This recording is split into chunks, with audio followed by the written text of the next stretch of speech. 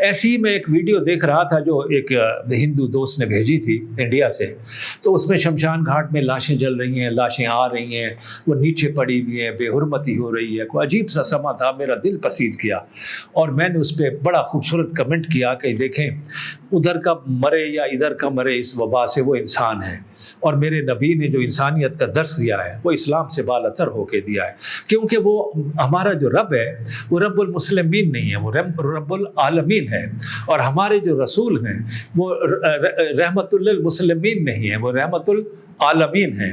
تو ان کا جو درس ہے، تو میں نے کیا کیا، تو اس درس کی پذیرائی کے لیے میں نے اس ویڈیو پہ ایک کمنٹ کیا بڑا ہمدردانہ، تو اس کے جواب میں مجھے 8 خواتین نے، جو انڈیا کی ہندو خواتین، ان میں ایک بھی مسلمان نہیں تھی، انہوں نے اتنی دعائیں دی اور اتنا شکریہ ادا کیا، اور وہ کہہ رہی تھی کہ ہم اتنے متاثر ہوئے ہیں کہ ہمیں تو غلط طور پہ ہمارا میڈیا بتاتا تھا پاکستان اور پاکستانی عوام کے بارے میں، پاکستانی عوام تو ہمارے بارے میں اتنا خیال کر رہے ہیں۔ تو سر، کرونا جہاں ایک وبا ہے، اس نے ان دونوں ملکوں کے عوام کو قریب کر دیا ہے، اور مودی حکومت کو بھی چاہیے، مودی سرکار کو چاہیے کہ وہ عمران خان کی پیشکش قبول کر لے، بات چیت کریں، دونوں طرف کے جو تفاوت ہے، جو دوریاں ہیں، انہیں ختم کریں، اور ایک پرامن ماحول میں بات چیت کر کے اس معاملے کو طے کریں۔ ہمارا کوئی ایشو ہے کشمیر، اس کو حل کر دے، باقی مسئلے خود بخود حل ہو جائیں گے۔ تو جناب، کرونا ہمارے لیے اور انڈیا کے لیے قریب لانے میں ایک بڑا ممد و معاون ثابت ہوا ہے، تو اللہ کرے یہ کرونا کی وبا جلد ختم ہو۔ عمران خان کے حوالے سے بھارت کی لیڈرشپ میں کیا احساسات پائے جاتے ہیں؟ آپ نے کیا نوٹ کیا اس حوالے سے؟ عمران خان کے حوالے سے جہاں تک تو بھارتی عوام اور میڈیا کا تعلق ہے، وہ تو اتنی ستائش اور اتنی تعریفیں کر رہے ہیں اور اتنا شکریہ ادا کر رہے ہیں، اور وہ کہہ رہے ہیں کہ ہم تو غلط فہمی کا شکار تھے، کیونکہ ہمیں ہماری حکومت اس طرح سے پاکستان کو پورٹرے کرتی تھی کہ جیسے ہمارا کوئی بہت بڑا دشمن ہو۔ لیکن اس مشکل گھڑی میں جس طرح عمران خان نے حکومت ہند کو، مودی سرکار کو پیشکش کی ہے کہ آپ ہم سے کرونا کے بارے میں جتنی ہم سے کوئی خدمت ہے وہ ہم سے لیں، ہم حاضر ہیں، اور انکنڈیشنل کوئی شرط وابستہ نہیں ہے، بنی نوع انسان کی خدمت کے لیے انہوں نے یہ پیشکش کی عمران خان نے۔ اب وہی میڈیا جو کل تک عمران خان کی برائیاں کرتا تھا، آج وہی سارا انڈیا میڈیا اب عمران خان کی حمد و ثنا اور تعریف میں مبتلا ہے، مصروف ہے، اور ان کی بڑی تعریف کر رہا ہے۔ تو اس طرح یہ عمران خان کی ذہانت اور اس کی بر وقت جو یہ امداد کی پیشکش تھی، اس کی ذہانت کی داد دینی پڑتی ہے کہ اس نے ایسے وقت میں، جب کہ پورا انڈیا ایک مشکل میں مبتلا ہے اور ایک کٹھن گھڑی میں وہ گھرا ہوا ہے، تو عمران خان کی پیشکش قابل تعریف ہے، جس کا میڈیا اور عوام نے، بھارتی عوام اور میڈیا نے بہت ویلکم کیا، اسے خوش آمدید کہا ہے۔ اور مودی سرکار اب شرمندہ ہو گئی ہوگی، اب مجھے یقین ہے پورا، لیکن اب اگر وہ بظاہر نہیں کہہ رہے تو شاید بیک ڈور ڈپلومیسی میں وہ پیشکش قبول کر لیں عمران خان کی، اور کر لیں، وہ ان کو کر لینا چاہیے۔ دیکھیے، انسانی جانوں کے سامنے اپنی انا کا کوئی مسئلہ نہیں ہوتا، آپ انسانی جانوں کو بچائیں۔ اگر 100 انسان بھی بچ جاتا ہے، 200، 1000 یا 500 انسان بھی بچ جاتا ہے تو یہ اچھی بات ہے۔ زندہ باد عمران خان، اور مودی گورنمنٹ کو چاہیے کہ وہ فوری طور پہ اس کی پیشکش قبول کرے، اور ہم بھی انڈیا کے عوام کو، ان کے میڈیا کے شکر گزار ہیں کہ انہوں نے حقیقت کو پہچان لیا، اور ہم بھی پیشکش کرتے ہیں کہ وہ بھی اپنی سرکار کو مجبور کریں کہ وہ عمران خان کی پیشکش قبول کرے کرونا کے حوالے سے، اور عوام کو یہ ریلیف پہنچائے۔ بہت شکریہ۔ پاکستان کی طرف سے عوامی سطح پر اور عمران خان کی طرف سے بھارت کو جو امداد کی پیشکش کی گئی ہے وہ انسانی ہمدردی کی بنا پر کی گئی ہے۔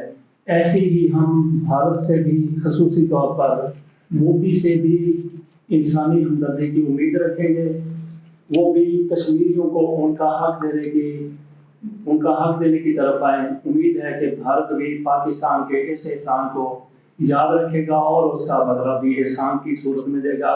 لکھویرا صاحب، آپ بات کر رہے تھے کہ بھارت کے ایک جج ہیں کاٹیجو، انہوں نے عمران خان کے بارے میں کچھ کہا ہے۔ ہاں، وہ سر کاٹیجو صاحب پاکستان انڈیا کی سپریم کورٹ کے چیف جسٹس تھے، اب تو ریٹائر ہو گئے نا۔ تو ان سے اخبار نویسوں نے پوچھا کہ سر یہ جو تازہ ترین تبدیلی آئی ہے یہ ان دونوں کی بات ہے جب یہ عمران خان نے وزیر اعظم کا حلف اٹھایا تھا، کچھ دنوں کے بعد کی بات ہے، تو آپ نئے وزیر اعظم کے بارے میں کیا کہتے ہیں؟ اس نے کٹیجو صاحب نے خود میڈیا کے لوگوں سے سوال کیا کہ آپ عمران خان کو کیا سمجھتے ہیں؟ تو کسی نے کہا جی وہ کرکٹر تھے، کھلاڑی تھے، بہت اچھے بالر تھے یا بہت اچھے کرکٹ کے پلیئر تھے۔ کسی نے کہا جی وہ بڑے فلنتھراپسٹ ہیں، بڑے چیریٹی کا کام کیا، انہوں نے ہسپتال بنائے۔ کسی نے کہا وہ دیانتدار تھے، کسی نے کہا وہ بڑے دلیر تھے۔ ان کے مختلف یعنی وہ خصوصیات بتاتے رہے وہ لوگ وہ مختلف اوقات میں، تو وہ سنتے رہے کٹیجو صاحب۔ انہوں نے کہا آپ نے بتا لیا؟ تو میڈیا کے لوگوں نے کہا جی ہم نے تفصیل بتا دی۔ تو کٹیجو صاحب نے کہا کہ یہ جو جتنی آپ نے عمران خان کی خوبیاں بتائی ہیں یہ بالکل صحیح ہیں اور اس میں یہ ہیں، موجود ہیں، لیکن ایک جو بہت بڑی خوبی ہے وہ کسی نے بھی نہیں بتائی، وہ میں آپ کو بتاتا ہوں۔ انہوں نے انڈیا کے میڈیا کو مخاطب کر کے کہا کہ میں بتاتا ہوں۔ انہوں نے کہا عمران خان ایک اسکالر ہے، اس نے آتے ہی جو بیان دیے ہیں آپ اپنے حلف اٹھانے کے بعد، اس کے 2-4 دن بعد، اس نے کہا جنگ مسائل کا حل نہیں ہوتی، اس سے مسائل اور الجھ جاتے ہیں، اس مسئلے کو حل کرنا ہے تو بات چیت کرنی پڑے گی ہم سے، اور بیٹھ کے بات کریں، اور کشمیر کو ایشو ہے اس پہ بات کریں اور اسے حل کریں، باقی مسئلے حل ہو جائیں گے۔ اس نے عمران خان اسکالر ہے، بلکہ ایک انہوں نے واقعہ بھی ان اخبار والوں کو بتایا۔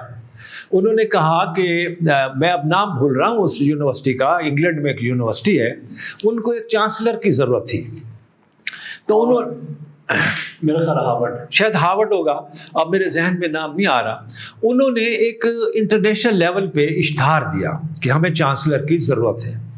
تو اس میں ظاہر ہے انگلینڈ کی یونیورسٹی کے چانسلر کی تعلیمی معیار اور اس کی تعلیمی استعداد اور اس کا تعلیمی پس منظر اور اس کا انٹیلیکٹ اور یہ اعلیٰ ہونا چاہیے تھا۔ تو اس کے لیے بڑے تھوڑے سے آدمیوں نے اپلائی کیا، جن میں عمران خان بھی شامل تھے۔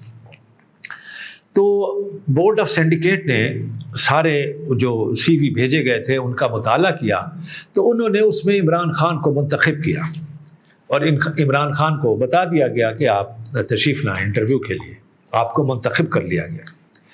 تو وہ گئے، تو ان کا انٹرویو کیا گیا، تو ان سے جو سوالات کیے گئے وہ کچھ اس طرح کے تھے کہ آپ تنخواہ کتنی لیں گے؟ تو عمران خان نے کہا میں تنخواہ نہیں لوں گا۔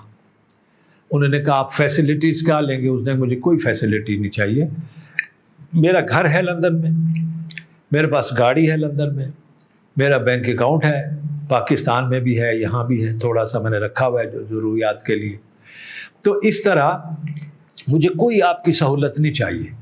تو انہوں نے کہا پھر آپ کو کیا چاہیے، آپ کو کیا دیں ہم؟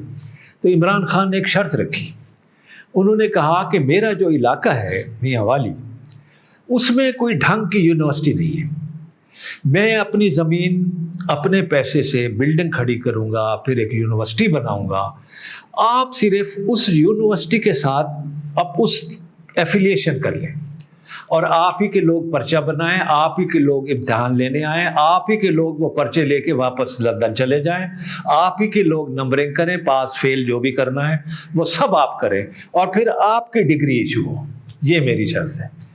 تو سینڈیکیٹ نے غور کے لیے موقع مانگ لیا، وقت مانگ لیا۔ تو سینڈیکیٹ نے فیصلہ کیا کہ نہیں، ہمیں یہ شرط منظور نہیں، کیونکہ ہم نے کسی بھی یونیورسٹی سے اب تک ایفیلیشن کی نہیں، الاغ کیا ہی نہیں۔ تو انہوں نے کہا پھر مجھے آپ کی یہ چانسلر کی پیشکش بھی قبول نہیں ہے۔ کچھ دنوں بعد پھر سینڈیکیٹ بیٹھا، انہوں نے کہا پھر اگر اشتہار ہم دیں گے تو پھر کوئی اور آئے گا، تو پھر وہ بندہ تو ہم نے منتخب کر لیا ہے، تو اس کو بلاتے ہیں۔ پھر عمران خان کو بلایا گیا، تو انہوں نے کہا بھائی کوئی رعایت؟ اس نے کہا نہیں، میری وہی ایک بات، کوئی تنخواہ نہیں، کوئی پیسہ نہیں، کوئی فیسلٹی نہیں، کچھ نہیں، بس میری یونیورسٹی۔ انہوں نے پھر ان کی بات مان لی۔ تو اب نمل یونیورسٹی میاں والی میں اس کی ایفیلیشن ہے، پوری دنیا میں کسی یونیورسٹی کی ایفیلیشن نہیں ہے ماں سوائے نمل یونیورسٹی میاں والی کی۔ تو اس پہ کٹیجو صاحب نے یہ بات سنا کے ان کو کہا کہ آپ اس بات سے اندازہ لگائے کہ اس کے پیسے کا لالچ نہیں ہے، شہرت کا لالچ نہیں ہے، اس کو عالمی شہرت حاصل ہے، پیسہ اس کے پاس اپنا کرکٹ سے کمایا ہوا اتنا ہے کہ اس کو کسی اور سے لینے کی ضرورت نہیں۔ اس نے پھر بھی اگر سوچا تو تعلیم کا سوچا، اور یونیورسٹی بنائی، نمل یونیورسٹی. تو یہ ہے عمران خان. تو انہوں نے کہا عمران از اے اسکالر، اور اس کے ہوتے ہوئے ہماری ہند سرکار کو مجبور ہو کے اس سے بات کرنا پڑے گی. آج کے پروگرام میں اتنا، پھر انشاءاللہ حاضر ہوں گے. اللہ حافظ. پاکستان زندہ باد.